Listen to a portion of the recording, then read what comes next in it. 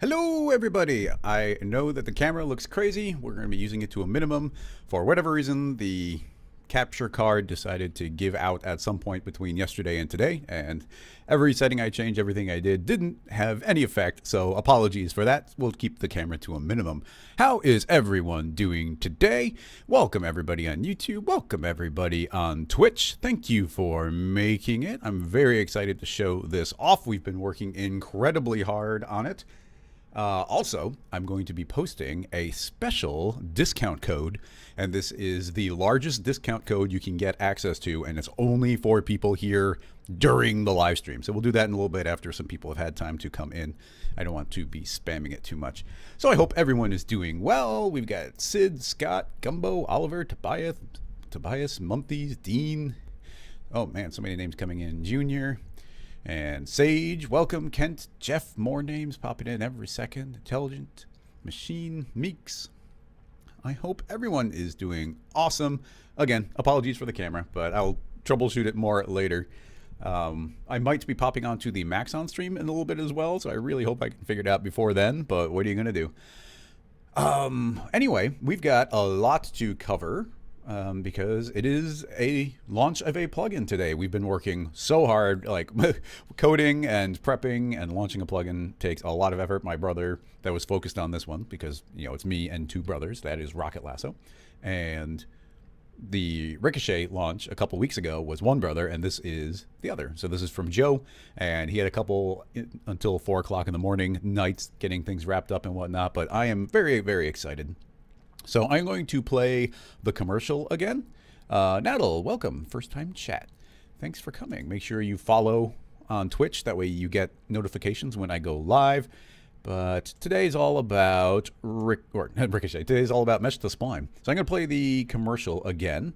And then, yeah, I'm going to play the commercial again. And then we'll pop it open and start playing. Any questions, anything anybody's wondering, we can chat about as we go. Feel free to ask questions.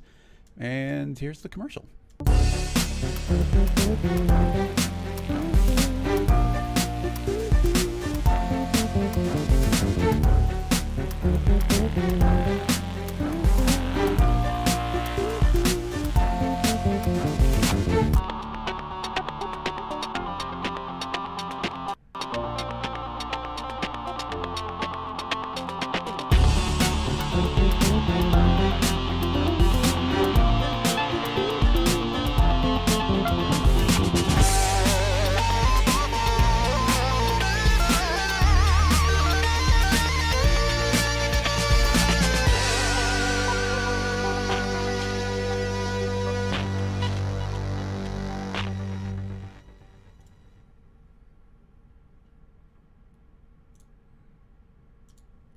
So there we go. Very excited. I only finished putting that trailer together yesterday. I was still rendering out new animations for it as of 2 days ago.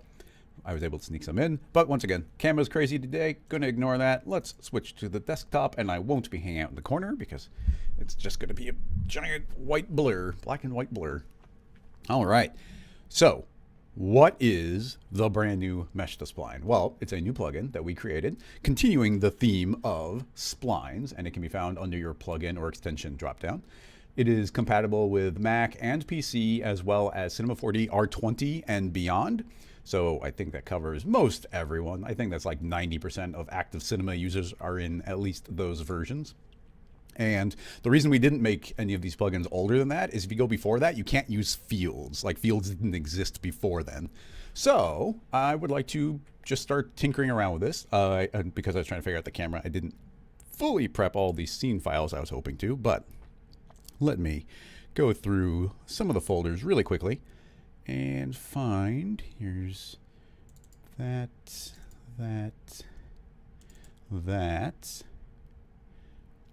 And let's see if that works. Excellent. Yeah, this is the one I was hoping to find. So here is, well, let's even just make this from scratch because it's fun. Okay, so I want to step through this step by step, and we can take a look at it. So what do we have here? Well, I've got a car, and this is just a car from the asset browser or content browser if you're in older versions of Cinema. So searching for the word car under objects, let those pop up, and there it is. The car hot hatchback is the one this is, but it works with any of them. And these are just the built-in cinema cars. So I did almost no prep on this. What I did do, actually I'll just show you, because why not? What I did was we load in the car, and the car comes in with a bunch of extra stuff. So the first thing I did, I deleted the car rig, I unhid the layer, show everything, and then inside the car we end up having all these different body parts. A couple important things. There's just a lot of polygons here that don't look good. So I don't want that many. So you can use the filter on, and I do this all the time. If you've never used the filter, it's really good. Under objects, it's every type of object that is currently in the scene file. So if I double click that, I have now selected every single subdivision surface. So in this case, I disabled them. And then the only other thing is the wheels in the scene file are, if I select all of them, they are actually set up as render instances. And render instances, all sorts of things in Cinema get confused by those. You can't really throw them in a connect object or anything like that. So I just set that to instance. So that's all the prep that I did. And then I took the individual parts. Let's say I took like the front left wheel and I dragged it into these connect objects. Just so that's one, you know, here's, well, let me turn them all off and turn them on one by one. So here's the car body as one object. Here is like the interior. Here's the glass, and just an easy way of cleaning that up for demo purposes. Okay, so we've got all these different objects. Under extensions, I can open up Rocket Mesh to Spline, and it's got a lot of interface similarities to Ricochet. We can drop something directly as a child, so I can say, okay, body, go inside, and the instant I do, it's actually, let me unhide it, it'll actually consume whatever you feed in as a child because it's a generator, and it's now returning a spline. This is a spline now. Alternatively, and my preferred method, is to set source geometry to objects, and the object will be the body of the car. And in this, we have some new settings. We have this eyeball button, and if you click on that, then it's actually going to turn off the stoplight on the object, and I can click it again and put it back to neutral. So it's just a good way of getting that cleaned up and in your scene file quickly. And you can turn on, I'm gonna hide it, and if I turn this on and off, that means I can stop it from calculating inside of a mesh to spline. I can feed multiple objects in here. But this is currently set up the way I want to. We now have a twirl up so that we can hide those objects if I don't need to see them. So here are the basics, and the settings are really fun. Man, there are so many applications of this. I'm a little bit sad that we came out with this so quickly after the previous one because I didn't have enough time to fully explore all the possibilities. But to begin with, this is currently taking the edges of all those polygon objects and it's returning them as splines. And it's currently returning them as edge to spline. So, first of all, the first setting, threshold. Let's increase that threshold and you'll see that a whole bunch of these lines begin to disappear. This is behaving almost exactly like the bevel deformer, where the bevel deformer has this angle threshold and only the sharpest edges will get generated as you increase this. Same idea here.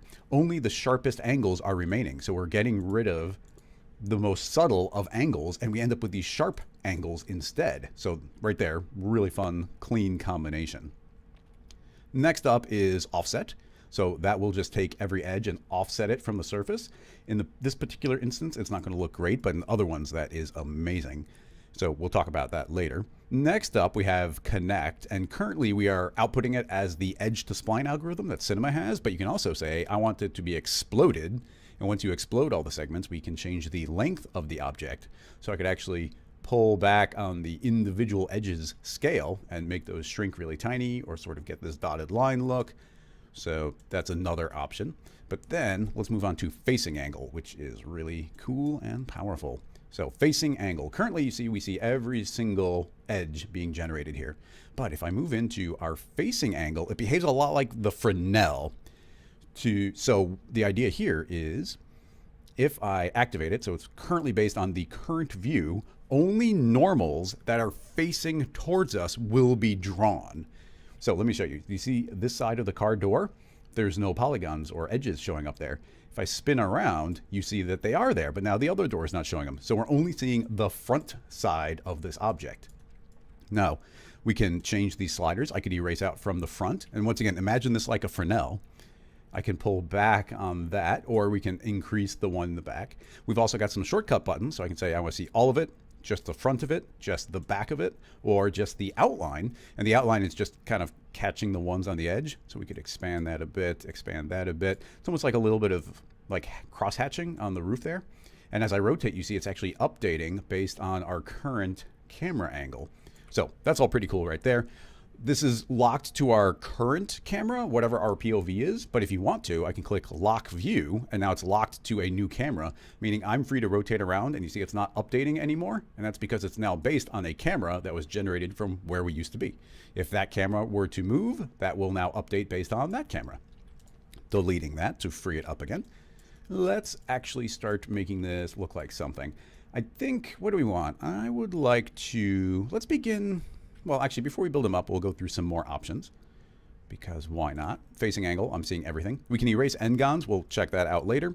There is visible only, and it's going to look similar to facing angle. But if I turn it on, what it's going to do is detect edges that are behind bits of the geometry. So you'll see here that I do see that side of the door, but I don't see the things behind the hood anymore. So it's taking a point in the center of the edge and aiming it at the camera. If it collides with a different piece of geometry, well, specifically the same model, then it won't generate that line.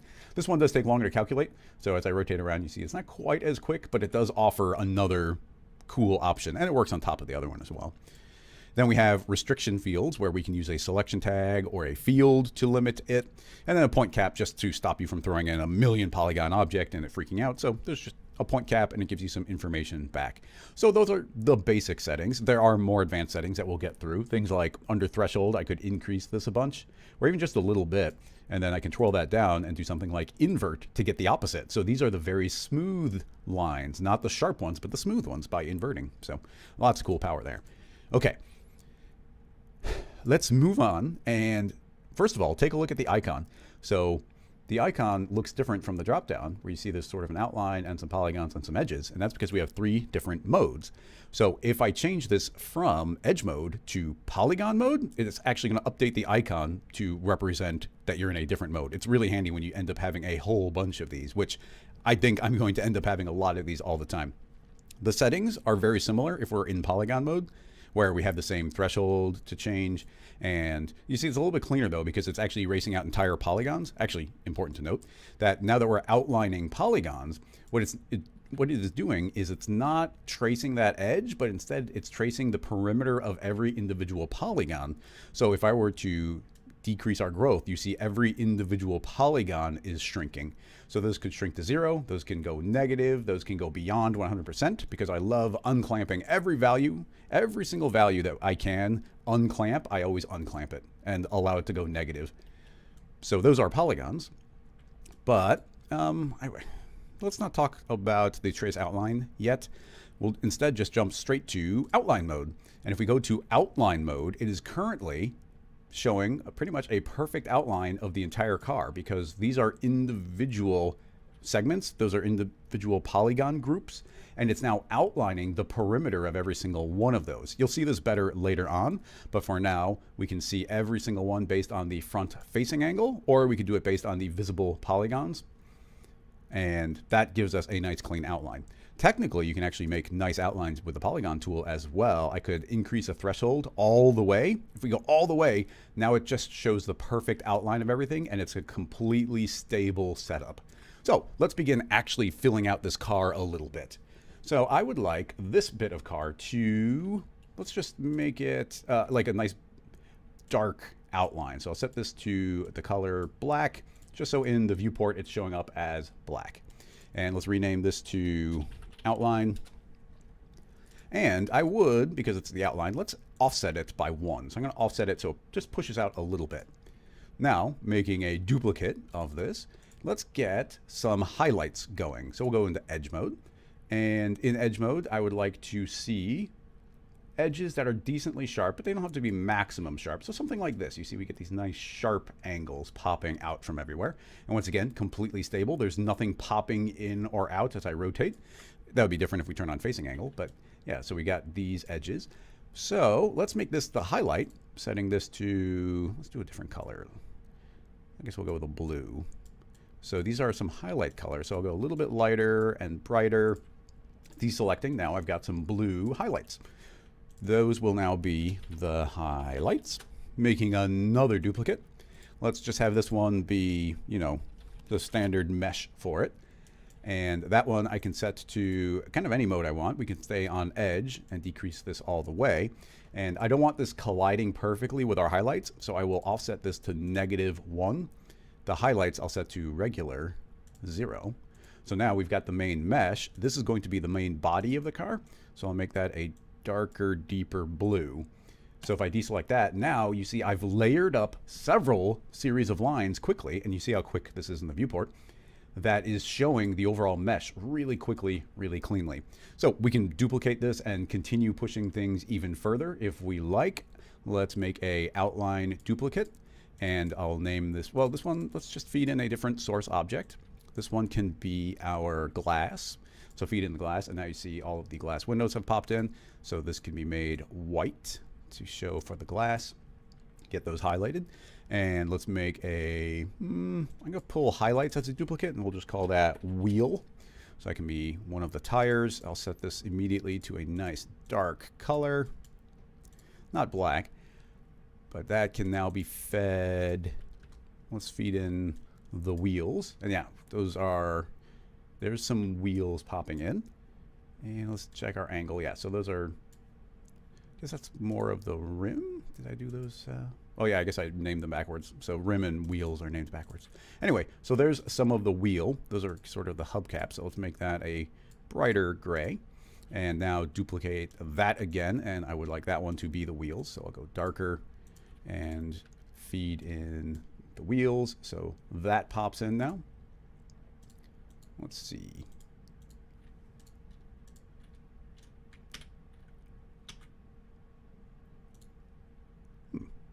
Curious. I think something about that instance is still turned off because, oh, no, look, okay, good. I'm glad that popped up because now we're feeding in all those wheels, so we've exceeded the point cap, and you see a warning pop up saying, hey, there's a lot of points here. So right here I can see that we have a limit, but there's, even though there's, well, there's 81,000 points coming in with all those tires, but an edge is actually being seen multiple times. Like each edge is used multiple times to make different bits of the spline. So your used point count can be even higher, but this is fine. I can just click override and that will set it exactly to the amount. And now you see all those tires pop in. So again, now those are generated as splines. These wheels, I could simplify more if it's showing too much detail. Find a nice equilibrium there. Excellent. Now we got those tires. And just to wrap it up, let's not do the car interior this time, but what do I want? I'll make a, let's grab the highlight one. And that can be on the assorted, which is, I think, like the car headlights and whatnot. Put that in. Yeah, so now I've got the car headlights and some extra details there. It's already a nice light blue. I guess I'll go a little bit lighter. Also, get some more points in there. There we go.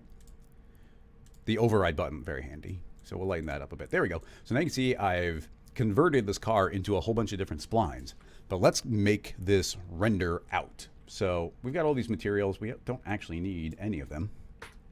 And you saw that I've been coloring these so I can see it in the viewport really well. But here is a really nifty trick I've been super enjoying. So I'm going to do this with Redshift, but we could do it with any third-party renderer. So making a brand new Redshift material, double clicking to pop that open. What would I like to do? Well, I am thinking that let's search for a user data. So here's a color user data, and I would like to output what? Well, I'd like to output the object's display color, and that will become the overall emission color. So let's do an emission color on this. So no diffuse, but overall I do want an emission color. So now what's really cool about this, and I've been using this technique all over the place, is this material can now be applied to everything, but it's going to take on the color that I feed through the object. So that is now black. This one would be a light blue. So those are not going to directly render until we add a Redshift object tag and say, hey, mode, I would like to render these out as hair strands, or let's do capsules because those have like a little bit of dimension to them. And we'll just leave that default and take a look at how this might look. So Redshift, render view. I'm not even sure what kind of settings are set up or environment. Let's make sure that the interiors are not rendering. Turn off that geometry. And there we go. Now we're left with just the car. So now we've got a sketch and tune type look on top of this car, but look at how quick that's rendering, like in Redshift. Like I've got a decent machine here, but like the speed that we can get these results out is pretty crazy. So let's stylize this a little bit more. I'm going to select the blue one. So we've got our, let's grab that one. And I want that to have way thinner lines. So I'll set that to 0.2. Yeah, make those more subtle. And we've got the highlights, and I like them, but let's pull back on them a bit, say at 0.5. Make those a little paler. The outline here, I think that is the glass, so I'll just rename that. Under glass, we'll set that also to 0.5. And yeah, now look at how quick that set up. It's insane. Let's make a little bit of a background. Actually, I'll make a giant sphere. I did that last time and it looked really cool. So if I make a giant sphere, and we'll throw that same material on there, and let's say we're making some sort of blueprint render. Let's say on, and let's try and go with actually a darker, paler, not fully saturated blue. Yeah, just to fill in that background. I was kind of designing the car not specifically for this environment, but now you can see that popping out in the background. There's a small reflection on the ground. Actually, I wouldn't mind emphasizing that a bit. Where is that reflection actually coming from? Oh, I guess it's not the sphere itself, is it? Maybe it is. Well, I would like to make a floor, and I don't think you could, I don't know if Sketch and Tune allowed you to do this. I'll just make a new material and drag that onto the floor. Oop, not a cinema material. Whoops. A new Redshift material. Drop that onto the floor and make it, I'm going to just make it 100% reflective. So base color, no color. And I want it just to be reflecting. So what's the best recipe for that? I always forget. We've got reflection. That's our IOR. Is it just setting that down though? I don't think it's setting it to 1. We need some IOR in there. I'm blanking on like the Fresnel effect. Because it fades out on the edge, and I'm forgetting how to stop that from happening. Maybe you just crank it up. Well, okay, that's cranked up. It's not fully blending. I'll have to look up how I did that before, but I'll just crank up some roughness on that. And it's hard to show this on one little monitor. But yeah, if I start pulling back on the roughness, yeah, there we go. You can see that we're actually reflecting kind of these sketch and tune lines in this environment.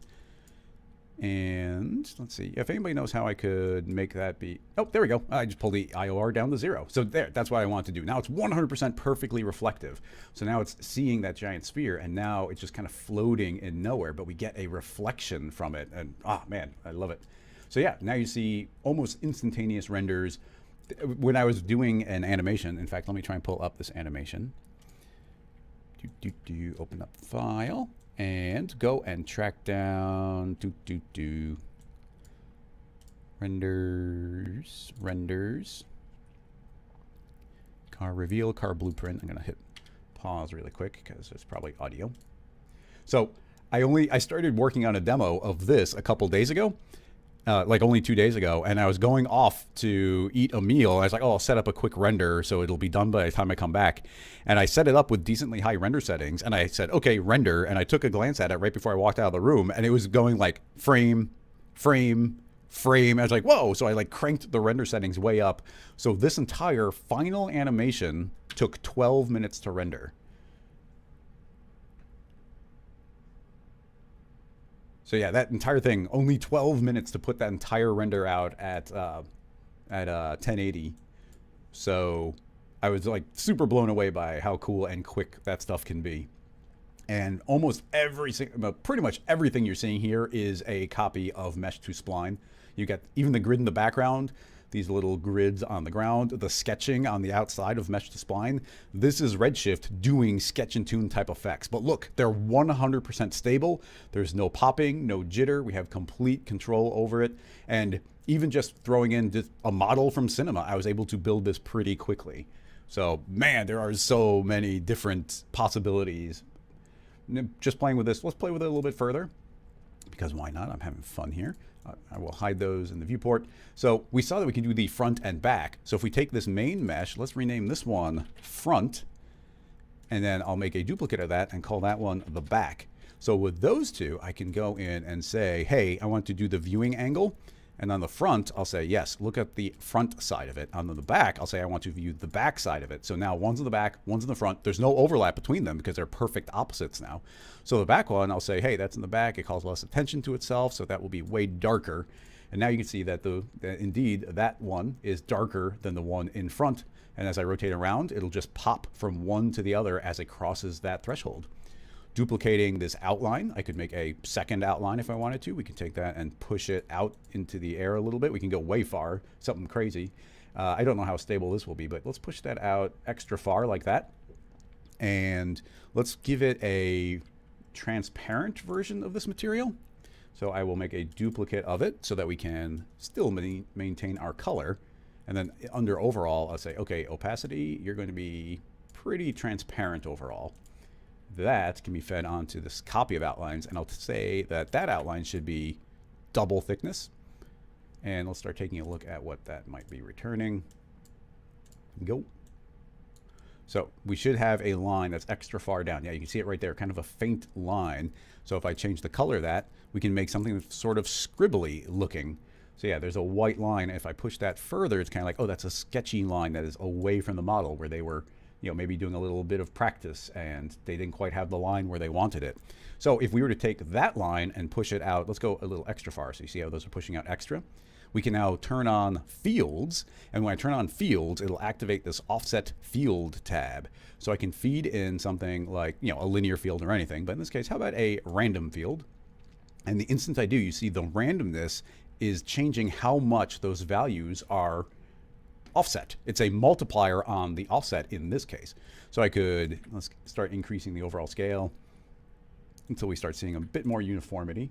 Yeah, there we go. Now you can see I've got these wiggly lines on the outside getting displaced by this random field.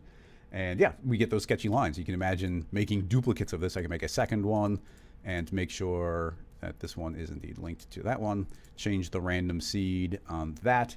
And now I've got two different sketchy lines on top of each other. Maybe this one's a little bit thinner and the other's a little bit thicker. And yeah, you can layer and layer and layer. And you see how quick I'm putting this together from scratch.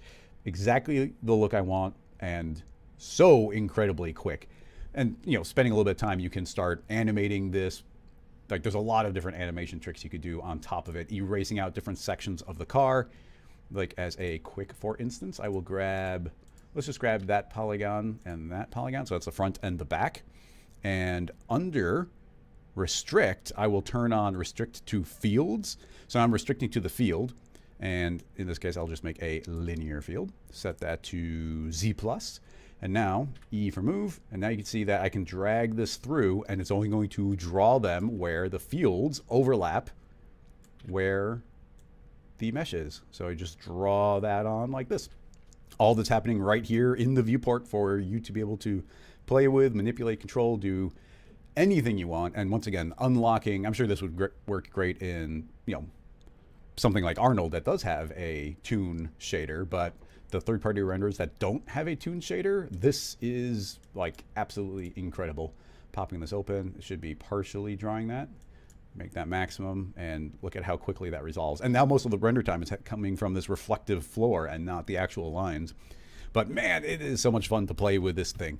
Okay, I think it's a good time to bring up I'm going to put a link to the plugin.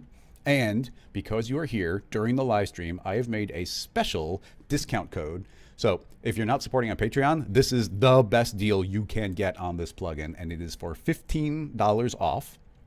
So let me go track down the links. Give me one split second. So here is the link to, well, that's for the main page. Let me just link you directly to the store. So this is for the store, if you're interested in getting it with this coupon code. Also, important to note, I am turning this code off as soon as this stream is over. Like 10 minutes after the stream, I'm turning off this code because it's a lot of money off for the tool. So I don't want it just wandering out in the world for a long time. And the code itself is launch Party 15. So I'm pasting this into the chat. Boop and boop. So put that into Gumroad when you go to checkout, and it should take $15 off. I suppose while we're talking about it, it is, if you are supporting on Patreon, you get whatever amount you're supporting at plus 1 as a coupon off. So if you are supporting at the $10 level, you'll get an $11 coupon. If you're supporting at the $20 level, you get a $21 coupon. And if you're supporting at a $50 level, you get a $51 coupon. So you can totally, those are discounts there. And that's for the appreciation for people who are supporting on a regular basis. So let's move on to something else fun. That was neat. I like this. I kind of feel like I should save this. Yeah, I will save this because these can become available for people supporting on Patreon. So here's the launch party episode. There are the scene files. Nope, that's not the right file. Scene files. So yeah, that's the same name as I keep it. So there we go. I would like to, I got to open up the T-Rex. Let me see if this is set up properly. Oh, wait, I'm going to pull this onto the other monitor for a second because it's probably already preset up in, oh, no, okay, cool. It wasn't overly preset up. I didn't want to spoil the detail, although some people probably saw this in the animations. But here is a T-Rex, also from the content browser. This is made by Sebastian Florend a while ago, but man, I love the animation on this thing. I love the very clean poly count. If I hit play, you're going to see he does this amazing stomping animation. Love it. Now, I did delete out the controls and baked it to Alembic so that the animation itself isn't slowing down. The character animator in Cinema has a lot of overhead, so I got rid of that, baked it to Alembic. But what's cool is if you bake something to Alembic and you make it editable, there's still the Alembic animation tag on top of it, the Alembic morph, which means this is a live mesh, but it has the Alembic animation, meaning I can still make selections on this thing even as it's moving, which is pretty amazing. Uh-oh, somebody said the code didn't work. I will quickly double check it. This happened last time. Gumroad the store stuff is very particular, and maybe I didn't hit save. So 1 second, I will fix that for you. I mean, it is...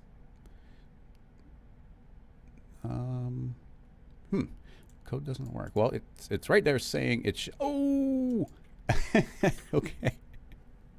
I put the code in. It was there written correctly, but I forgot to set the amount that was off. So the amount off was set to 0. I just hit save on the changes, so Launch Party 15 should be working now. So apologies, everybody. Click it again. It should work now. And somebody saying make sure to... an intelligent machine is saying to type in all uppercase. So double check, let me know. I'll make anybody who's looking for it, I'll make sure you get this code and the $15 off. So, but some people have done it because there's already 3 uses of this code. So intelligent machine, again, is saying type it in all uppercase, and that worked for them. So let me type in launch party 15 in all caps here. So hopefully that can help people as well. So apologies. Okay, anyway, back to our amazing T-Rex demo. Well, once again, I love the T-Rex. So how much do we want to do this from scratch? I'll do it pretty much from scratch. So I've already set up a couple of selections on this character, but let's make one from scratch. Let's see. Right here I have a selection tag called jewelry. If I double click it, you can see, I guess it already had the neck. I'll deselect the neck and override it. Here's a cool thing in S24. There's the new selection tag buttons here. So I can just click update on the tag, and it's now updated that selection, which is amazing. I can't say how much I've been using that. So anyway, here's a selection, an edge selection, and it's selecting his wrists and around his ankles a couple times. And now I will select around his neck, duplicate this tag and say update and rename that one to neck. So again, very handy new thing you can do in S24 with selection tags. So now there is a selection around his neck and a selection around, if I double click this one, selection around his ankles and wrist. So creating a brand new mesh to spline. Anybody just tuning in, the new plugin from Rocket Lasso just launched today. I would like to indeed trace the edges. So remote link into the body of the T-Rex, and now every edge is getting outlined, which is always fun. All the same settings work, of course. I could change the threshold and lower those lines down, or again, do the opposite by inverting. But yeah, lots of options. But in this case, I would like to limit it to a selection. So I will restrict it to a selection, and the selection will be the jewelry. And the instant that I do, you now see I have a spline returning only where those selections were. Now, I also have the neck selection. And what if I want to put a necklace on the T-Rex? Well, I can click Add New Selection and add a second unrelated tag. So now that one is there as well, getting returned from the same Mesh to Spline object. So creating a brand new sweep. I'll move this down below the object. When you remote link into an object with spline tools, just in general, even in the tracer object in Cinema, make sure that it calculates after the object that's being fed in, just because it's that particular order of operations in the object manager. But anyway, dropping that into the sweep, I will feed that an end side, increase the number of sides, T for scale to scale that down. You will probably notice that these are broken. They're not closed splines, but inside of Mesh to Spline, under the Spline tab, I can say, hey, close the spline, please. So those are now closed. And then right now it looks a little bit chunky. You can see how there is, there's not that many subdivisions. It's perfectly matching the T-Rex. So I can go into Mesh to Spline, enable the interpret points, and you see it's already smoothing out. Set this to the smoothest mode, which is B-spline, and set this to any kind of subdivision I want. I'll set it to uniform. That's a lot. So I'll just set to uniform 1 just to round it out a bit. So those all get rounded. Let's change the color of those just so it doesn't look like, right now it looks like he's in shackles. I want that actually to be just kind of a yellowy color. So he's got some gold. So there we go. Now he is wearing some bracelets and a necklace. It's a little bit thick right now. We'll scale that down.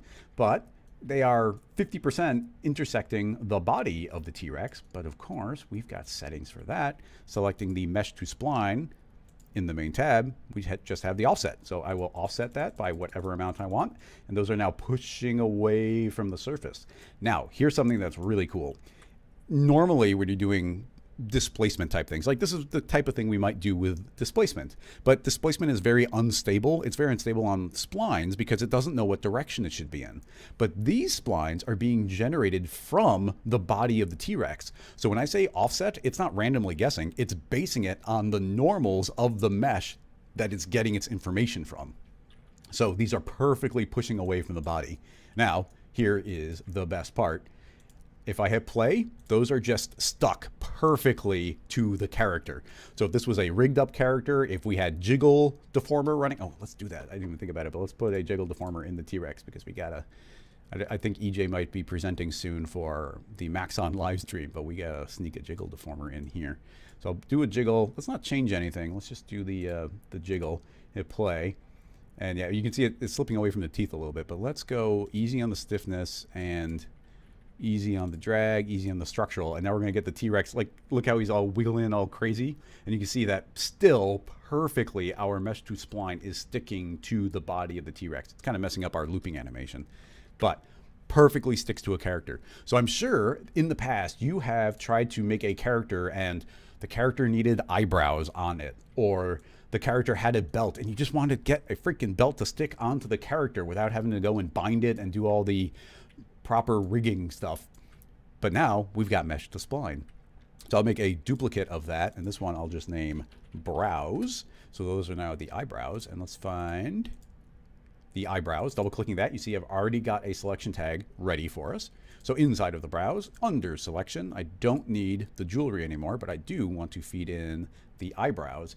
And currently it's a closed spline, so let's turn off closed. So back to open. So it's now an open spline, and I've already got an eyebrow prepared. So let's drop that in, and now I'm sweeping that selection on the T-Rex, and now he's got some nice big bushy eyebrows as he goes stomping around.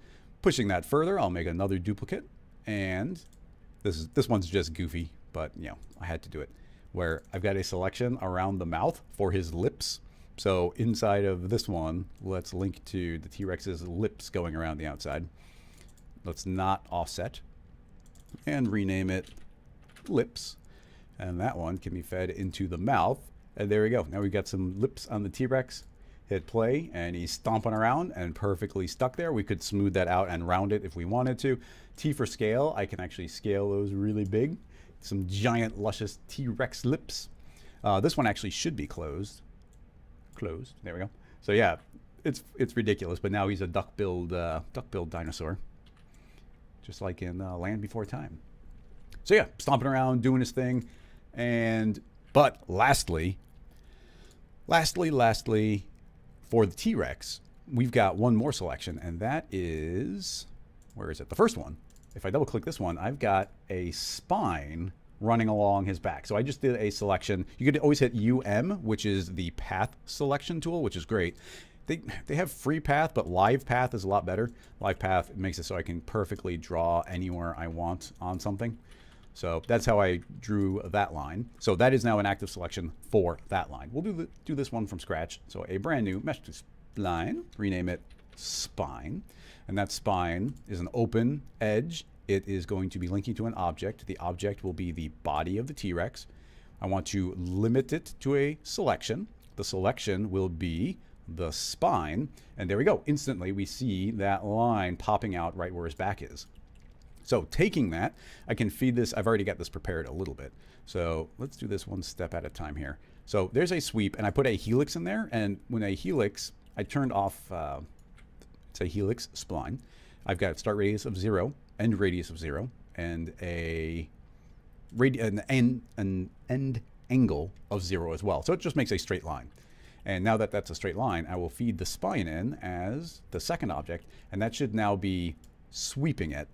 But we're not going to see much because it might be like pushing inside the dinosaur. We don't have a direction for it. So we need a rail spline. So if I make a duplicate of this, we can rename this one rail. And how often, oh my goodness, how often have you done the type of thing where you need a good rail spline? A spline that tells you the direction that the other spline should go. And they're so difficult to make.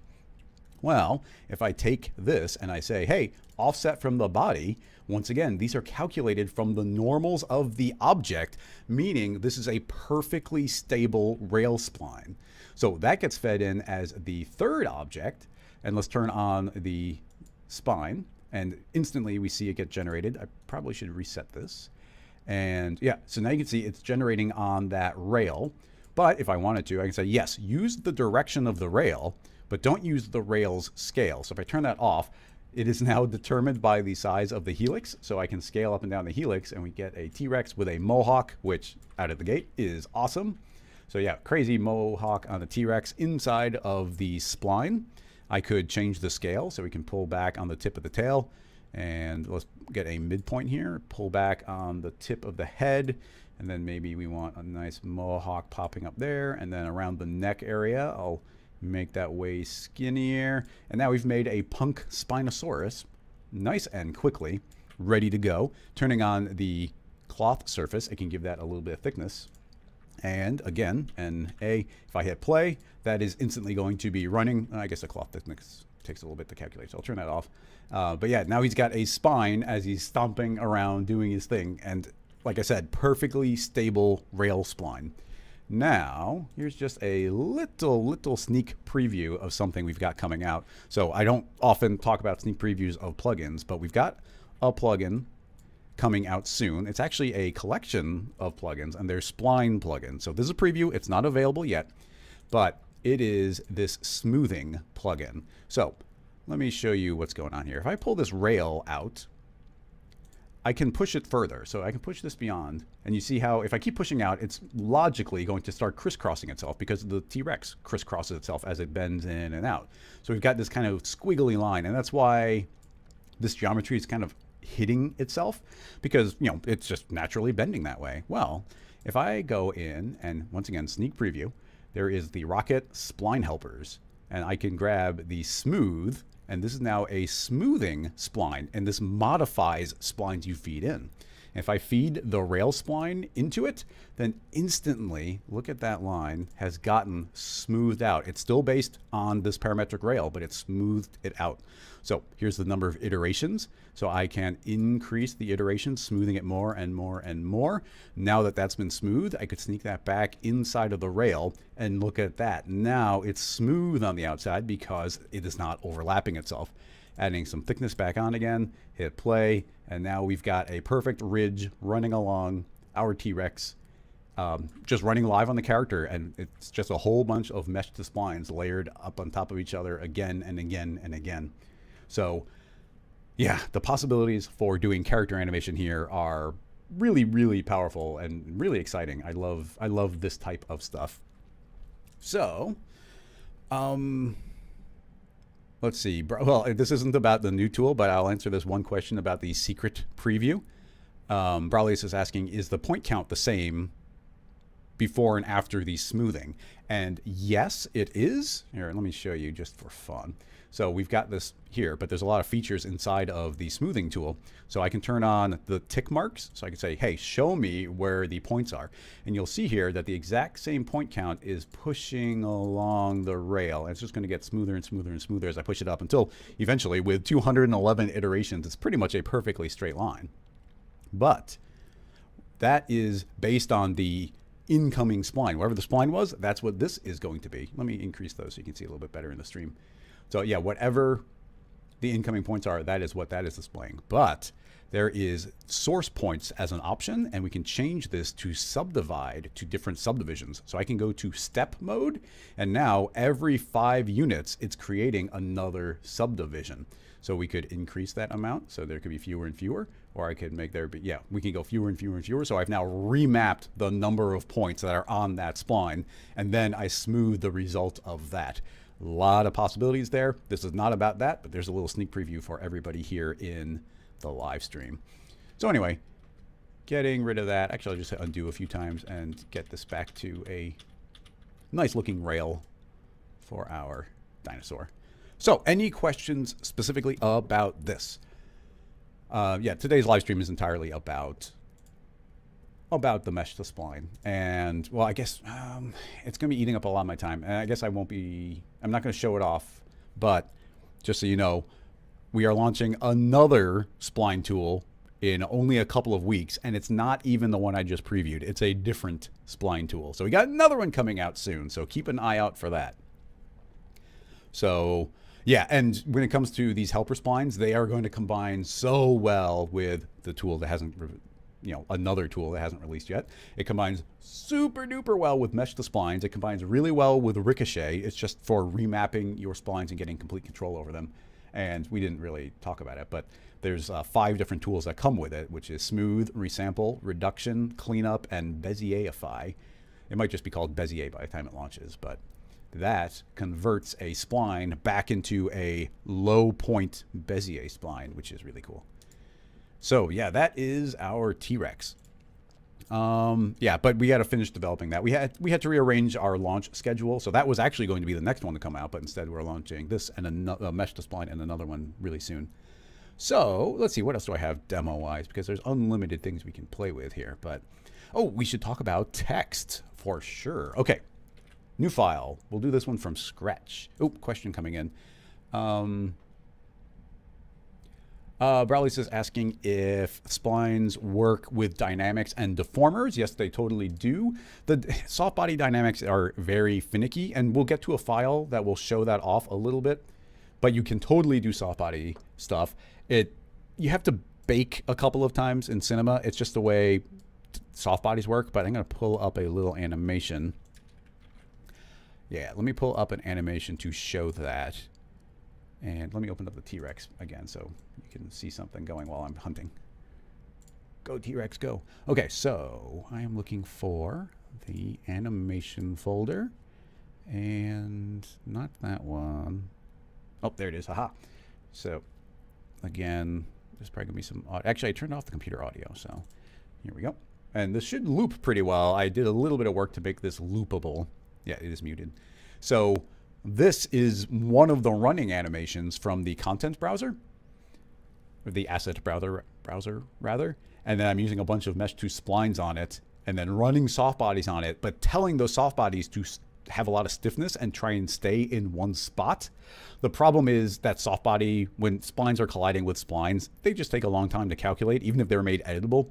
And then in order to sweep them properly, you got to like bake them out as a limbic. So eventually I'll have a tutorial on it. But the process for using soft bodies on this type of object, it's a little bit involved.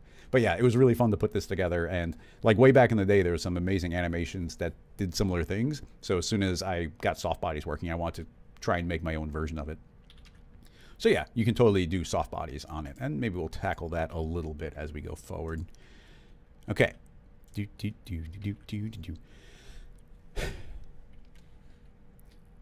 Okay, so some text. I will open up a text object. If you're pre-S24, this is the mode text. They just moved it into the model menu, which makes sense, even though it still has a bunch of MoGraph options.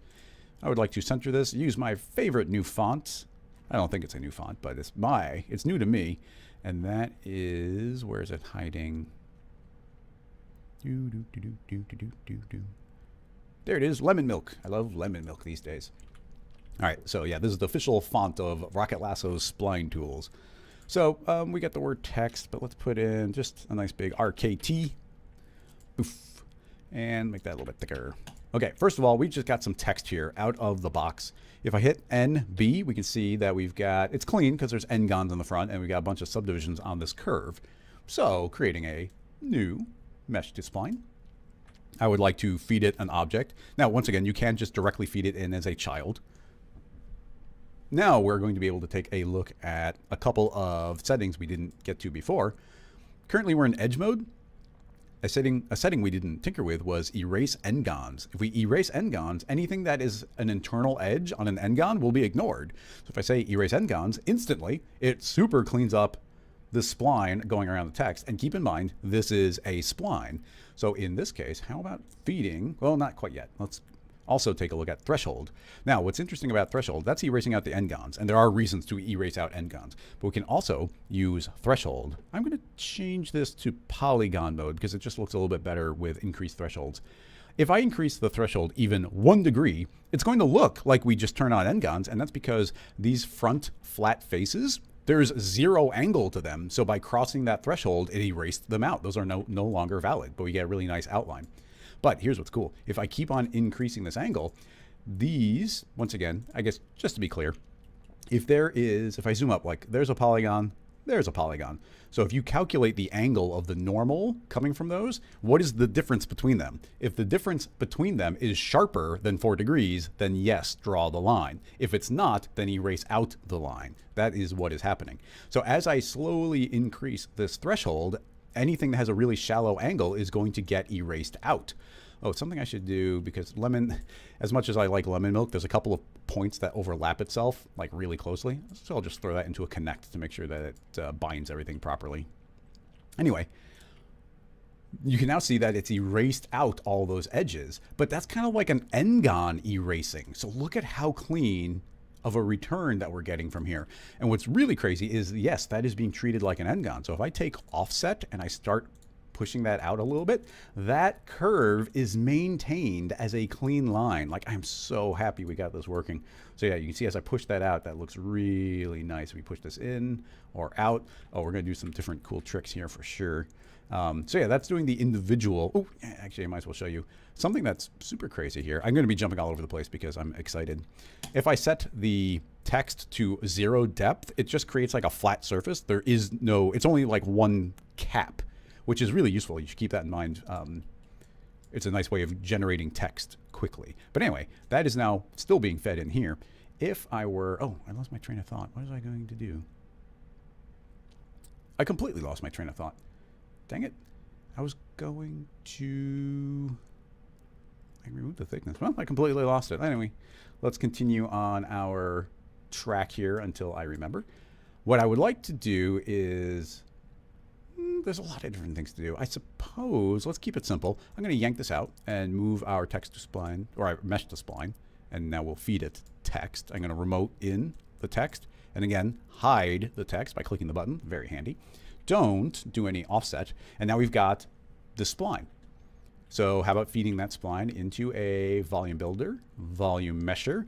Okay, volume builder, I want there to be a bunch of resolution on it, a bunch of density to calculate it, and let's lower that down to something small like 3.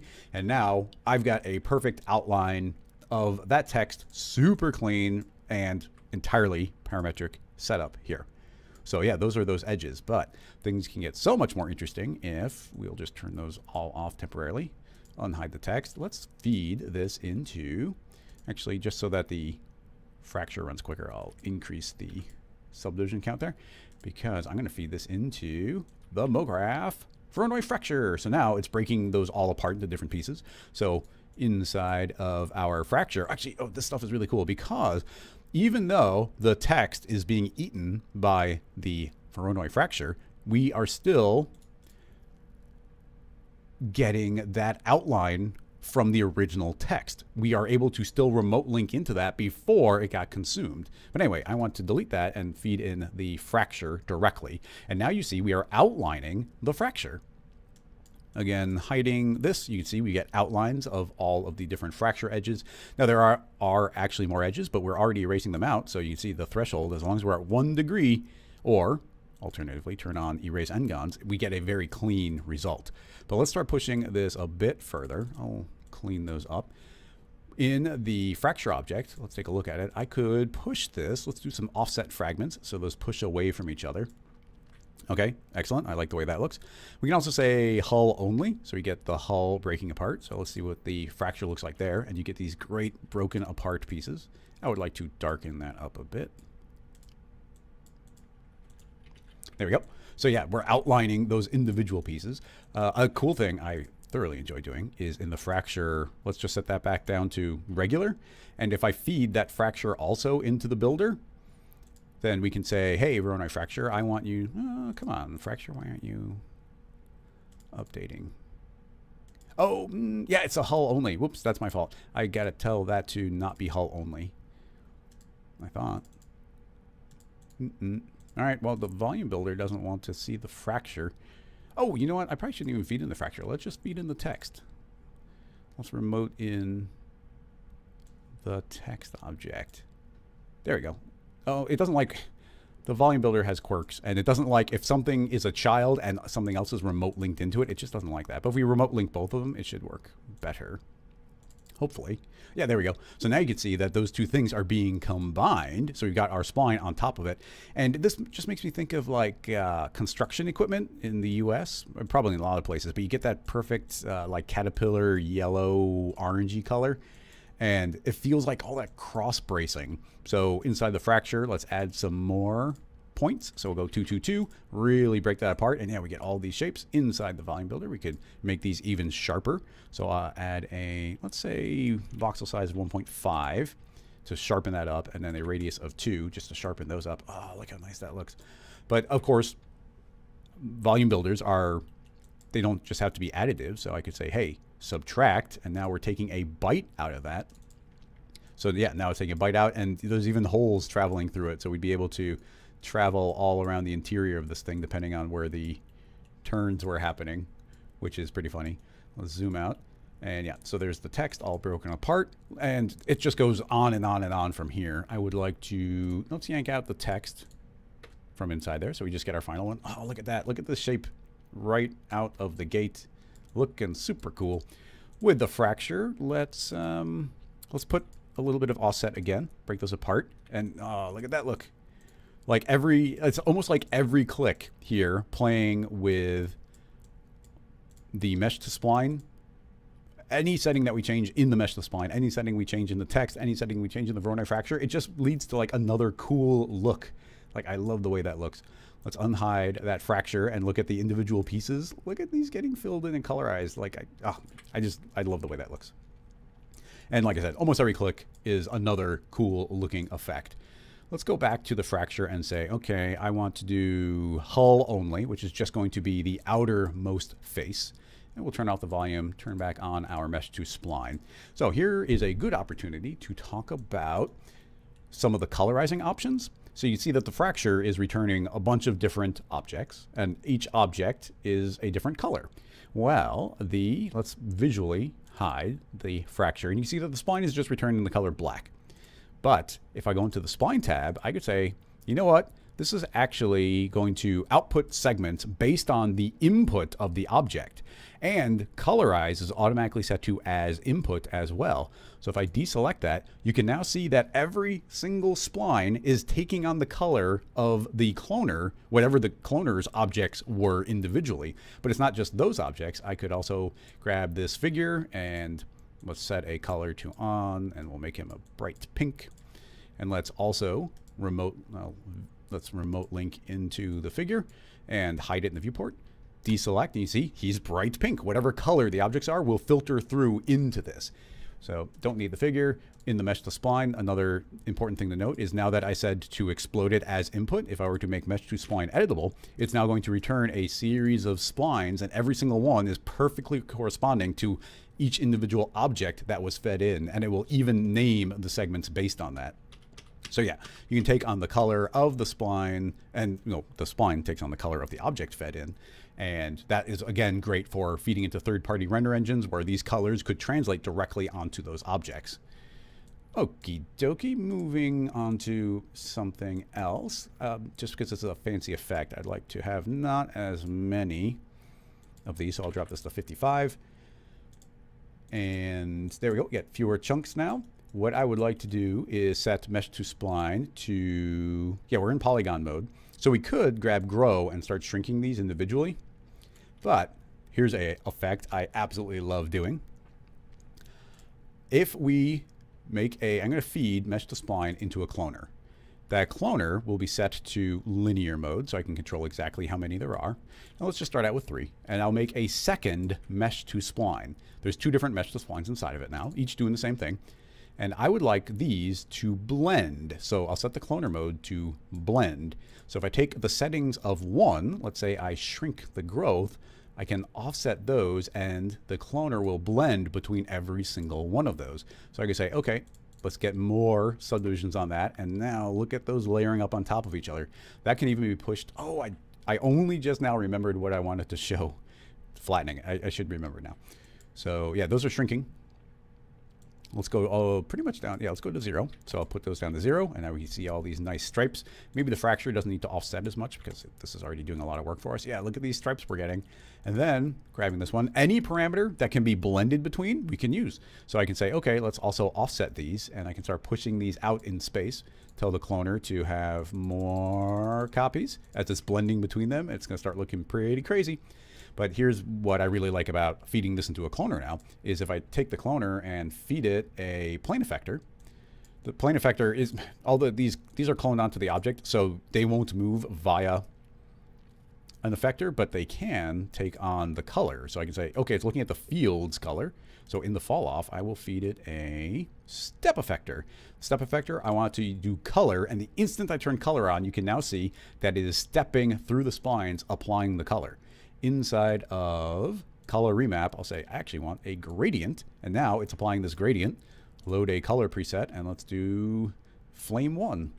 And that has now been mapped onto all these splines, just transitioning between the two. So yeah, again, this the growth can be set solid. We could shrink that back down again, and you can see it updating really nicely.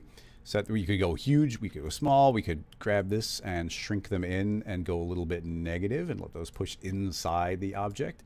So many ridiculous combinations. And of course, this is all just extracting from exactly what the Voronoi fracture is feeding out. So we can go and change whatever this looks like, however we want. We could super stretch them up vertically. We could not do, let's not do any offset. We could add thickness on. That won't look too much like anything. But man, yeah, the combinations here, and then we, again, hide it. Yeah, every single thing we break apart is going to create a new crazy combination. And that is how I ended up making, where's that other window? This, which I was waiting on a new build from my brother as he's working, and I just started like whipping out different combinations and looks, just like I was just doing right now. And over the course of like an hour, I ended up making all of these of just like, oh, let's just combine fracture and the object, fracture, mesh to spline, different combinations, and just start throwing them together. And there's like all these effects layering up on top of each other. And if you buy mesh to spline, I actually included, let me go track down this folder.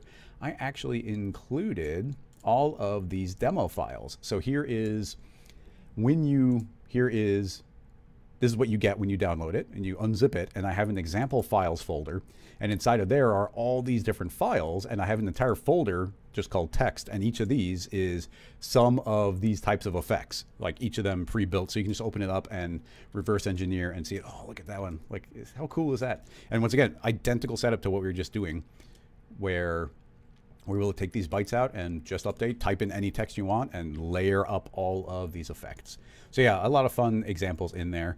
I only found this last night as we were wrapping up, but look at these crazy like techie looks we can get because well, what do we got? We've got a landscape, and then we're looking at the landscape, but I'm saying, hey, restrict, only draw the edges where this random field is saying that they are. And then I'm saying that it should outline just the polygons, meaning we get these crazy techie looks on top of that.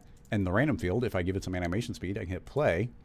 And now those are animating around doing their thing. And just wait until the secret in the future, smoothing comes out. And now look, I could smooth those after the fact. So, and I hit play now and look at them just running here in the viewport. So we got this crazy like stop motion-y water droplet look going. And, you know, of course that's ready to sweep or be rendered by a third-party renderer or Sketch and Tune or Hair. Like the combinations are absolutely crazy. So, I want to, well, I guess if you're watching this live stream, maybe you just joined us, it's super important to iterate that I have a super duper special discount code just for people who are here live during this live stream. So that code will give you the most off that you can get off this tool unless you're a supporter on Patreon, and then there's even better codes on there. But there's a link below to Patreon if you were interested in that. But for now, there is the secret code of Launch Party 15. So if you go to Launch Party 15 and go to doodly doodly doodly doo.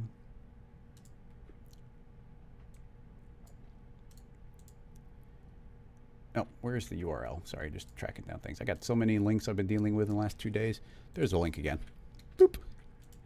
And boop. So yeah, that code, I'm going to get rid of that code about 10 minutes after the stream ends. So you get it now, or you just get the regular launch sale price, which is only $10 off.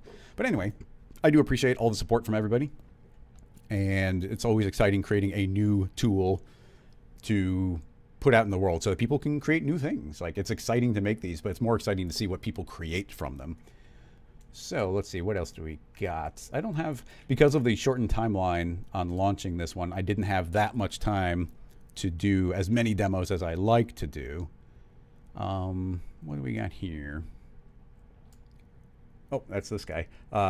This is a pretty straightforward setup. I've got this falling guy, and then I set up an offset and an outline, and it's just being animated by a linear field that's spinning around randomly, which is controlling the offset as a field. So, but it's a really cool, like, wacky effect on top of everything else. Nate, excellent. Natal, thank you for picking up a copy. So, I'm trying to find more objects to do. Oh, okay. So somebody was asking about dynamics.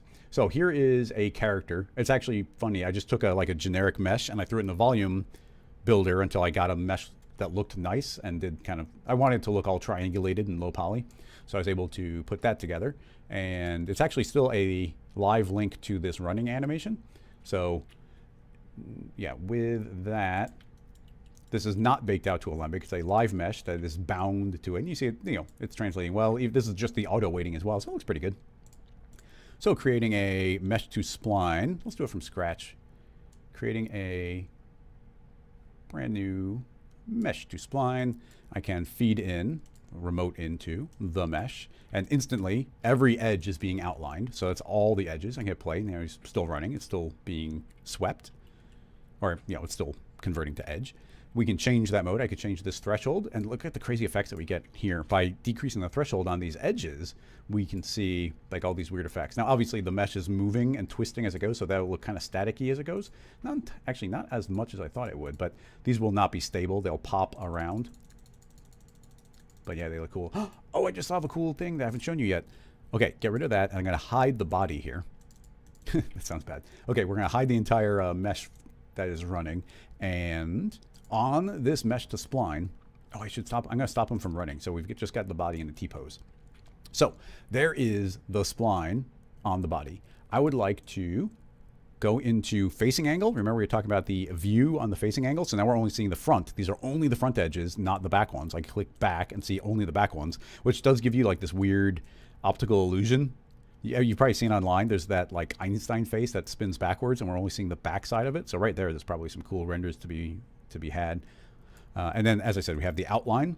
And the outline mode looks kind of cool when it's a very organic figure that's got lots of polygons. And of course, we could spread those out a little bit more. And that's different than the regular outline mode. So anyway, that is an outline there. But there's a completely different mode here. We can change angle mode to range. And once you go to a range, it's very similar to what I was just doing. In fact, it's pretty much identical, except instead of a min and max, we have essentially where is the angle and then what is the range of that angle. So there's only a range of 5 degrees, but I'll increase that a bit. And if I take the angle, I can actually pull it forward or backward. So once again, imagine this is a Fresnel on the model. And as I pull it forward and backwards, it is kind of, remapping the gradient from the front to the back. But what's cool here is there's an angle rate. And if I crank up the angle rate, over the course of 1 second, it's going to do that amount of animation. So hitting play, it'll actually just start transitioning from the front to the back as this continuous wave. We can overshoot the 180 if we want, have it go quicker. I can type in -180 and have it go back to front. And we can turn that animation back on again. And now it's running, but doing that wave animation on top of it. So, man, so many different combinations. Of just cool ways of playing and tinkering with this. Like it's really fun. And I personally haven't scratched the surface. Even like I said, over the last 2 days, I was like, oh, we can do this. Oh, we can do that. So, and we've already got a list of ideas for 1.1 as well, but we might do a price increase when that happens. So definitely get in early because if you buy it now, you'll get the updates for free. Or, before the price increase happens. In any case, what were we about to do? Oh, I remember. Let's turn off facing angle. And this is now every edge. I would like to limit to a given selection. So I'll limit to a selection. And right now there isn't one, but I'll turn that off. Inside of the mesh, I've already prepared a selection. So you could go and start selecting. As I mentioned, you could hit UM and start drawing out a path. And now here's actually, I want to show you the difference. So when you're in free path, if you click and drag, it's trying to find the quickest, cleanest connection from point A to point B, which is cool. I mean, that's useful, but I prefer the live path, which just means wherever I drag my mouse, that's exactly what the path is going to be. So I meticulously went through and drew a spline where I was essentially like traveling around this model, making sure I never overlapped any given line, something kind of like this. And I imagine doing this, but for the entire model. And that's why I did. And now if you double click, that's my end resulting spline. And that's one spline with one start point and one end point. Oh wait, no, it's not. This is a different model I did that. So this one's several different ones. But in any case, they still work the same. In my mesh to spline, I will go to selection and drag that in as the selection. Now you see only that line is being created. I could hide the original mesh. And now that line's there. Once again, it's going to be running directly on the model. It's just stuck perfectly to them, which is pretty cool. Now I create a soft body. We're going to have to go easy on this because, like I said, soft bodies take a while to calculate. So in order to see this quickly, I'm going to say don't do self collisions. That way the spline doesn't care about colliding with itself. Each point is just in it for themselves. But I do have a dynamic floor. So if I were to, I think I don't even have to set anything else. If I just turn off enable and I hit play, he's now running and he jumps and he's just going to be looping. So if I click enable on the jump, then those parts just become dynamic and they will fall to the ground instantly. So pretty fun right out of the gate. You can make him follow the character a bit, but the recipe is kind of specific. I expect to make a tutorial about this in the future, but if we have it heavily follow the position, heavily follow the rotation, and put a lot of stiffness, like 5, then it starts doing a pretty good job of keeping up with the model. You can see he's like sinking through the floor. So these are individually trying to keep up with the model. But like I said, if you try and feed this into a sweep, like soft bodies just can't be fed live into sweeps very well. So you have to bake it to Alembic and whatnot. But yeah, there's a lot of fun to be had with dynamics here. And if I turn that off, actually, yeah, now it's following the position of the model, but you see he just kind of explodes. But he has that initial movement, which by itself looks really cool as those go. And I mean, it would look a lot better if we had it self-colliding. I'll turn it on. Like it's safe to do. It just runs slowly. So if I play, these are now colliding with themselves. But you see, I don't get like real-time playback. What was I going to do? Oh, and we can also give it an initial force. So let's say custom initial velocity. And I can say I want it to pop into the air a bit. Turn it off. Oh, and don't follow the position anymore. So now I'll turn off the dynamics, hit play, and now as soon as I activate this, that initial velocity will trigger, so I can go whoop, and he hops in the air and then crashes into the ground. We give him some rotation. So now as he's running, I could go flip, and he's going to jump in and flop onto the ground. So even right here, you can see there's a lot of fun to be had just on this character doing this crazy stuff. And even all of this, I can make a duplicate of that, and I have a different selection tag here. And it's just some random selections around the outside of the body. That one, the sweeps look a little bit hard-edged here, but let's put a sweep on this outer one. Sweep and end side.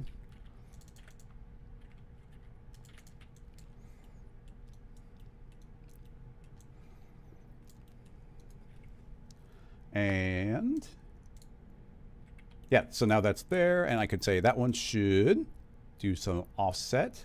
Yeah, so I can push that away from the body more so that I can just explode out. But of course, keeping it subtle will look nice and clean. And yeah, just a sweep running on that outer one and a different spline on the inner one.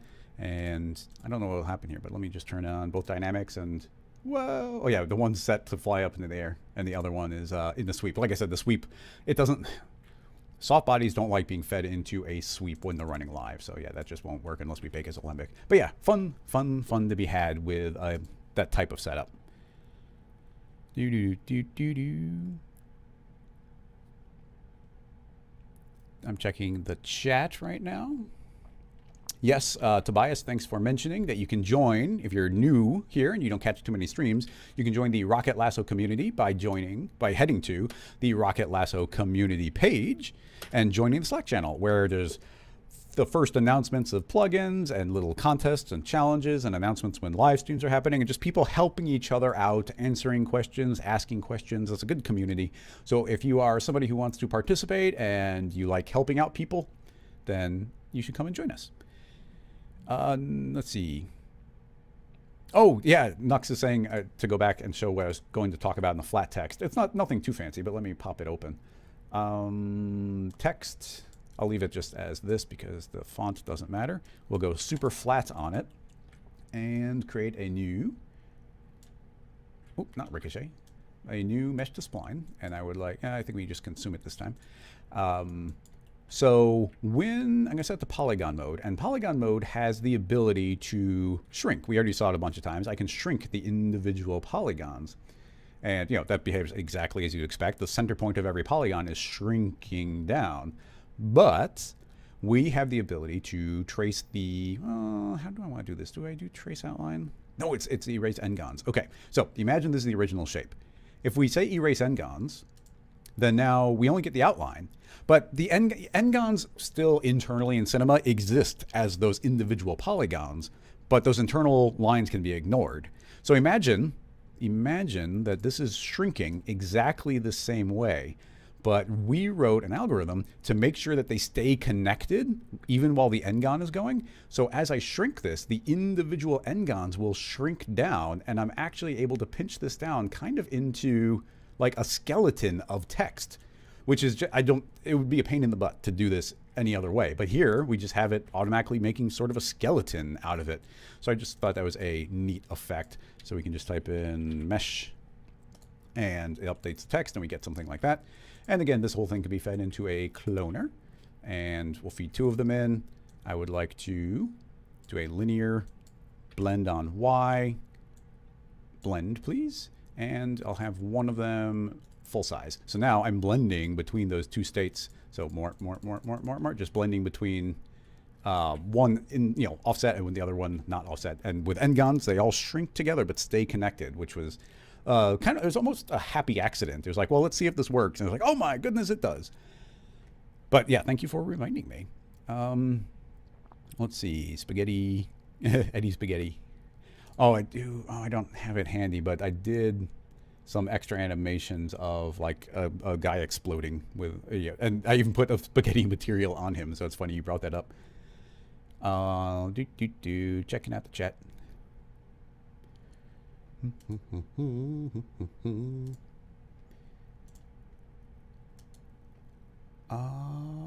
Scroll. Could you feed this into most spline for dynamics instead and use its thickness settings? Honestly, I don't know. A lot of, if you mean when it's dynamic, not so much, but you can totally feed it in. Yeah, the most spline, I don't know. I haven't played with it, and this isn't a good time to be experimentally opening that up. It'll be something I look into for if the most spline works. I mean, the most spline definitely works, but I don't know if it'll help with dynamics at all. And the only reason I won't explore it right now live is Cinema 4D spline dynamics are so particular that there might be one combination that works, but you'll do nine combinations that don't work before that, and that just wouldn't be a good use of our time right now.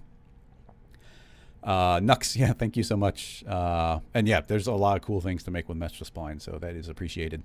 And if anybody makes anything cool, if you do some client work or just make a daily animation or whatever it is, make sure you tag me on social media so I can go and check it out and maybe even retweet it or something. So yeah, definitely hit me up on that.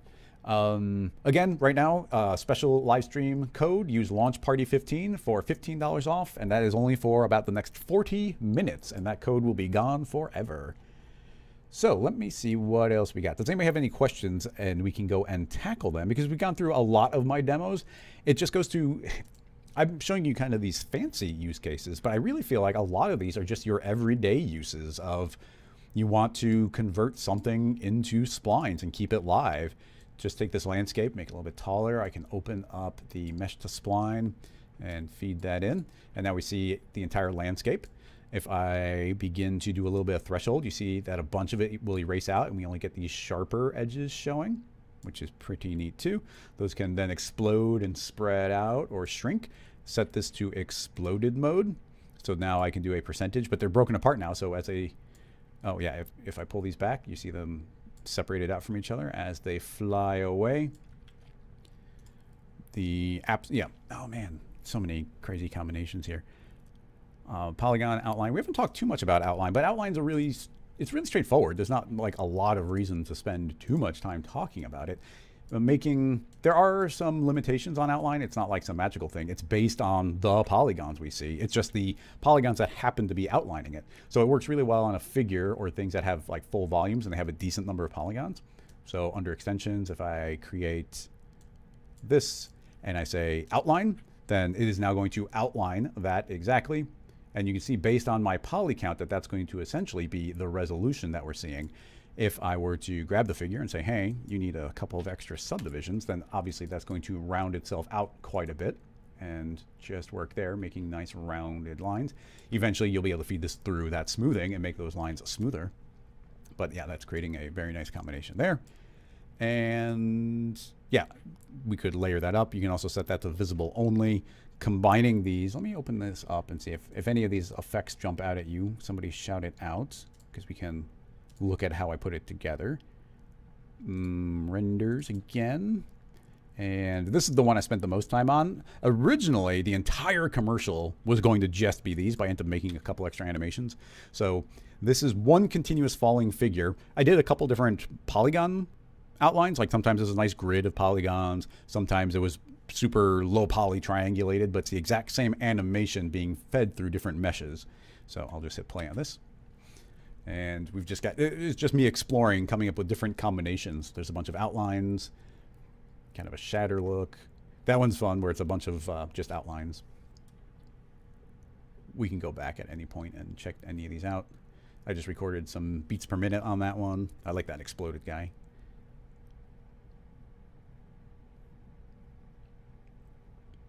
Volume, retro, bunch of those wires, a waffle guy, waffle copper. Yeah, so yeah, I just put this entire thing together and it's just like, oh, it's just a funny animation to go explore different styles as it goes. And I made a fancy espresso rig to be able to, that was one scene file, and the espresso rig would activate one section and then deactivate the previous one, so it could just play as one continuous animation as I did each effect. But yeah, this one is pretty crazy where it's a series of outlines. I wonder if we could set that one up quickly just because it's weird.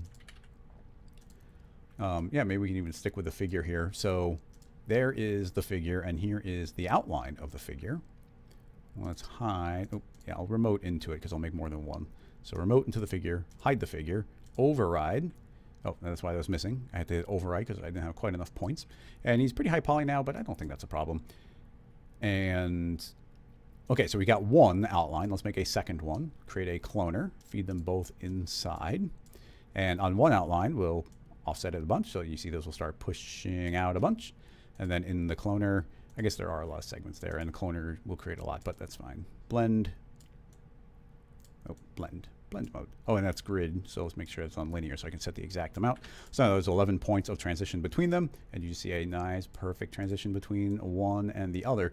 Now, depending on what the angle is that we're looking at, I guess this figure won't work quite as well because it's he's got separate objects instead of one continuous one, which we could get around. But anyway, what I was going to say is we can feed this entire thing into a volume builder and then feed that into a volume mesher. And if we begin to decrease the scale of that, increase that, decrease this down, then we end up with these crazy weird flat layers as they go. And let me take that one outline. I'm actually going to push it inward. So I'll say -5 to, oh, let's go -6, 7, 8. There we go. Now you can see, and then it's going to be slow because of the volume. But as I rotate around, like every one of those outlines is updating as it spins to look at the camera, and it's creating this flat area. That would look a lot better if we could smooth it. And we could grab the figure and make this be not quite so many segments around. And then, I'll see if I can show it clearly. Oh, keep the figure on. So if I were to select these mesh to splines and go into spline mode, I could enable, set that to B-spline, and again, set that to like a uniform subdivision. And you can now see, let me turn it on and off. You can see the line looks pretty smooth here. Oh, it does update as I move. But if I turn that off, you see it's kind of harsh. And if I turn it on, then it's going to smooth it out a bit. And then that can all be fed back in and get our nice smooth blob. And then you combine that a couple times with maybe a dilate to inflate it a bit. And when I say a bit, I do mean a bit. And then a smooth to smooth out that end result a bit. And yeah, you can get a pretty cool, weird looking blob guy. Those smooths really slow down. But yeah, look at this crazy effect. If somebody sent me this animation, they're like, how do you make that? I'd be like, what are we even looking at? I can't even fathom. So, oh man, so much to explore and play with. And this is one where I think, just from a utility standpoint, this tool is probably going to come up a lot just during our regular live streams. I think somebody's going to be like, oh, I want to do this effect. And it's going to be like, oh, we can do that really well using mesh to spline. And, you know, just character animation stuff and rendering, like I said, third-party rendering. I kind of want to go tinker with that car some more because that was just really fun of creating this. Anybody who got here a little bit later, we do have our car here, our super stable car that renders out in Redshift. Let's activate that again. And yeah, that should render super duper quick. I don't like how wide those window lines are. So where is the window? I believe, well, what's nice is you can just select the line. I think it might be that one. Yeah, definitely that one. Yeah, that should definitely be like 0.1. Bing! There we go. That makes it a little bit cleaner. But yeah, you can see how quickly that is set. Let's make this background darker. That might look even nicer. Yeah. So yeah, pop this open. You can see how quickly our render is resolving and making a sketchy look inside of Redshift, which doesn't have any kind of toon shader. And modify your looks, create whatever you want. Animate the whole thing.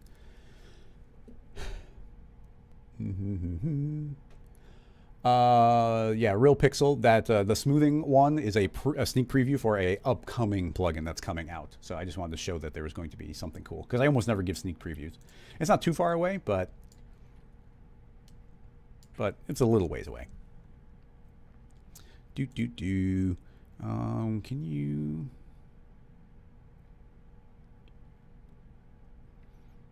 Yeah, you could totally use Mesh to Spline to outline text that is made by a Ricochet plugin. Can you use Tracer with it? It depends what you mean by use Tracer with it, because the Tracer by itself, well, actually, as a question, does a Tracer follow a spline? I don't know. So here is a regular cinema object. I will add a vibrate tag on there with some 90, 90, 90 rotation. And if I feed that into a tracer object, does it trace it? Yes, it does. So if that is tracing it, then if we create a whatever shape, and make that shape be moving. Let's give it some position as well. 222, 222, 222, 0.5.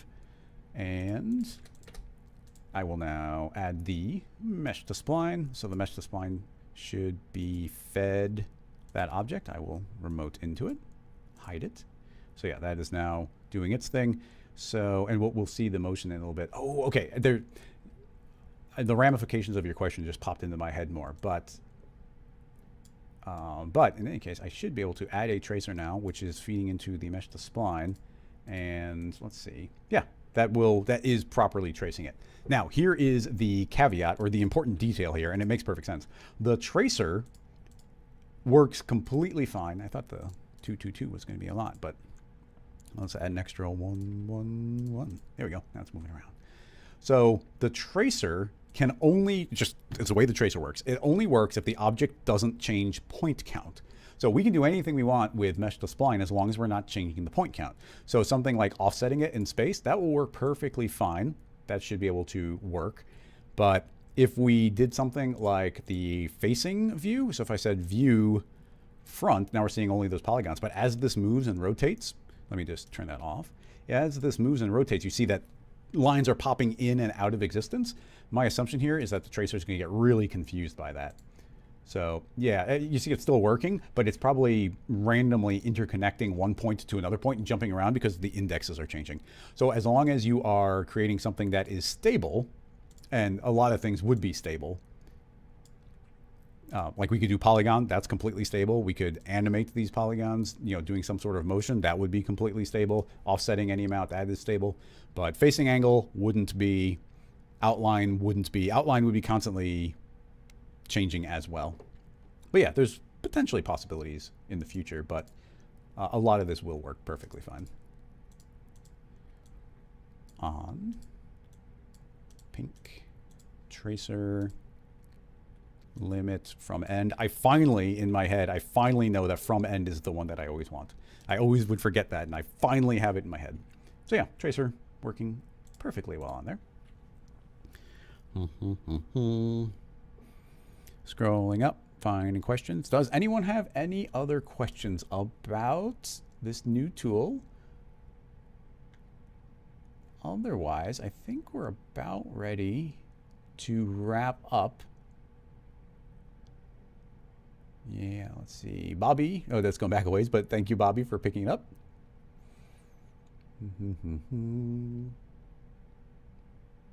Code is working now. Excellent. Yeah, Real Pixel, appreciate it. Thank you so much, everybody. It's really fun. It's really frustrating to be working on this for a really long time and not putting it out there in the world too much, but I like the policy of not putting it out there before it's ready, because as soon as you put something out in the world, if I were like, oh, here's a preview, here's something we're working on, then there's going to be people who are like desperate. They're like, I'm working on a job and I really need that right now. And it's just not in the state that could be shipped, and we can't like protect it, and we couldn't wrap everything up or get it built for somebody else. When we're building it, like when we're building, it's often just built in R20 and it wouldn't even load in our S24. So yeah, the limitations are there. So I don't like talking about plugin until it's almost completely ready to go. And the helper splines, I just want to, because the helper splines are helper splines, they're not as flashy. So I don't mind putting those out into the world a little bit more to be like, oh yeah, these are some utility splines that are going to be able to help everybody with things as we move forward.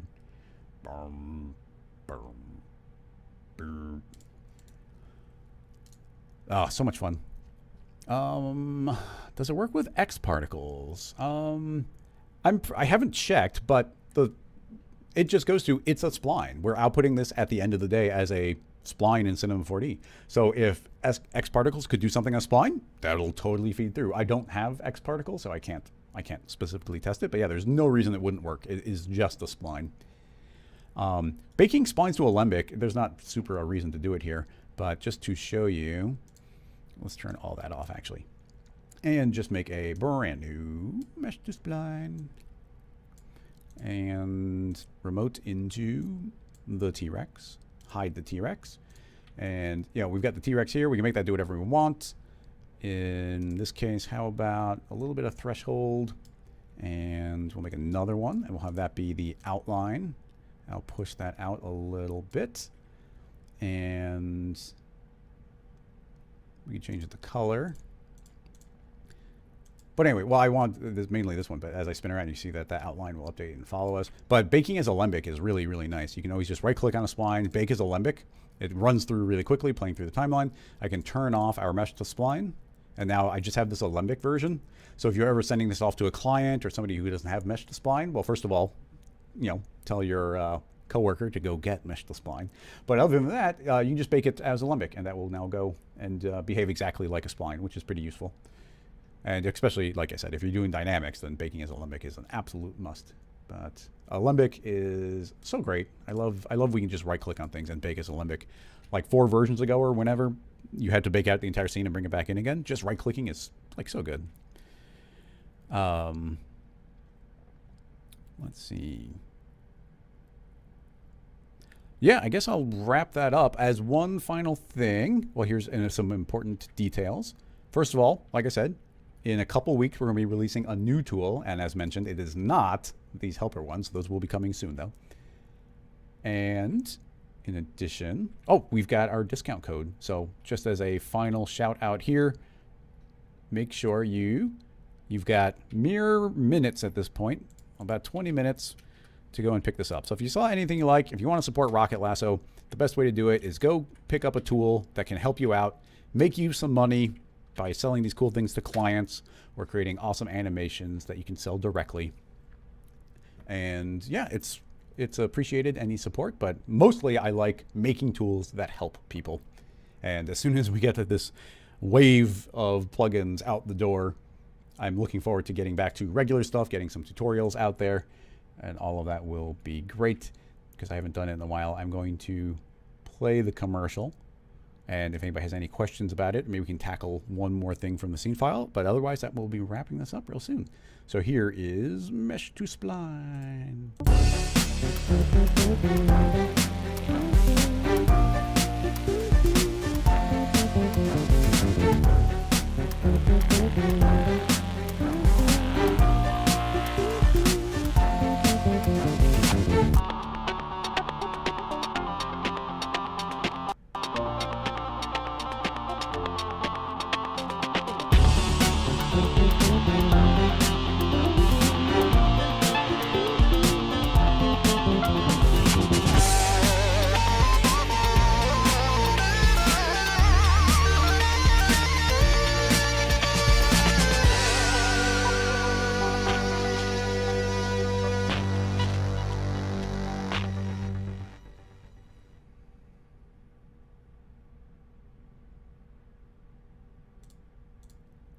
As mentioned, a whole bunch of different scene files come along. Let's maybe pop that open and see if there's any other cool ones to take a look at.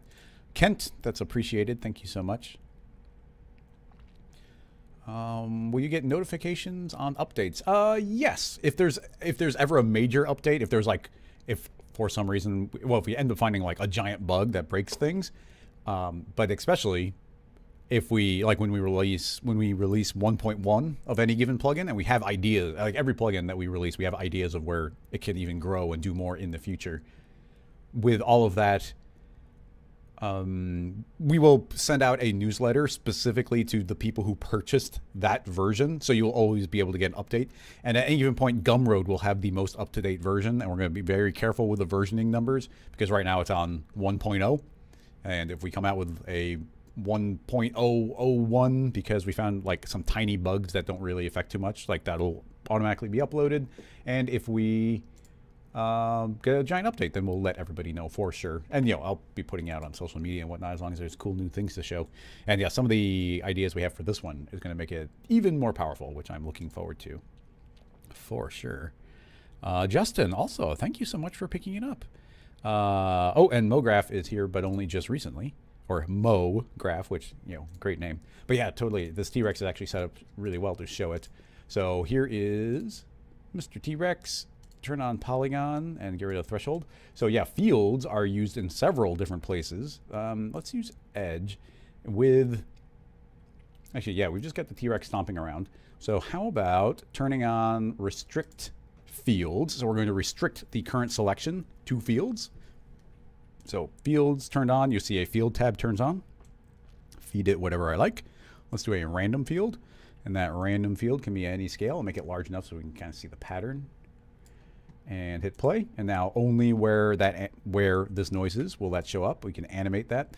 We could, I wish that there was an animation speed. I know you can animate it. I could take this and drag it back in space, but I kind of wish there was the automatic animation inside of it. So yeah, fields work in that way. But then also, let's turn that off. We can also turn on fields in the offset. So if I push all of these out into the air and turn on, and that can even be in like polygon mode. So you see each polygon is exploded out. Look at this tail. It looks super crazy that way. But yeah, turn on fields there and we get the offset field.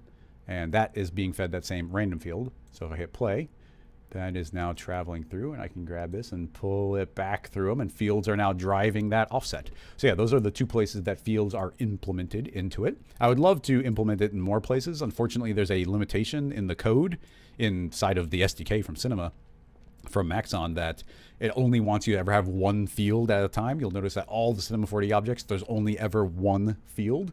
We're trying to find a way around that. We have some experiments, but we're not 100% confident in it yet, so we couldn't do it. But man, my personal dream would be being able to be like, oh, fields are driving grow, fields are driving threshold, fields are driving everything. If you want, you could turn on fields and make it drive it. But right now we have to pick and choose where it's going to get applied. So that is where it is right now. Another checkbox we didn't talk about, we've got draw original points. That'll just put a dot on every single point of the original model, just in case you sort of lose it. Those don't render, of course. And then we've got the help button and the examples page. Right now there's nothing on the examples page, but I'm going to be filling that up with lots of scene files as time goes on, combining all the different spline tools of just cool final renders and animations and experiments. I've got a couple files prepared for Ricochet for like the spiderweb stuff and some tutorials to go along with it, but I just haven't had time to release them. But yeah, it's really great. It's really fun. I've been having an absolute blast playing around with this as we've been preparing to get it out the door. Let's see. I might be jumping on the Maxon stream briefly, so actually stopping a few minutes early might be a good idea. I think that might wrap this up. I guess one last final shout out. I know I put the link in a few times, but hey, this is the Ricochet launch party. So once again, check the link there in the description, in the chat rather, and you can go and pick this up. Real Pixel, no, this is R20 and beyond.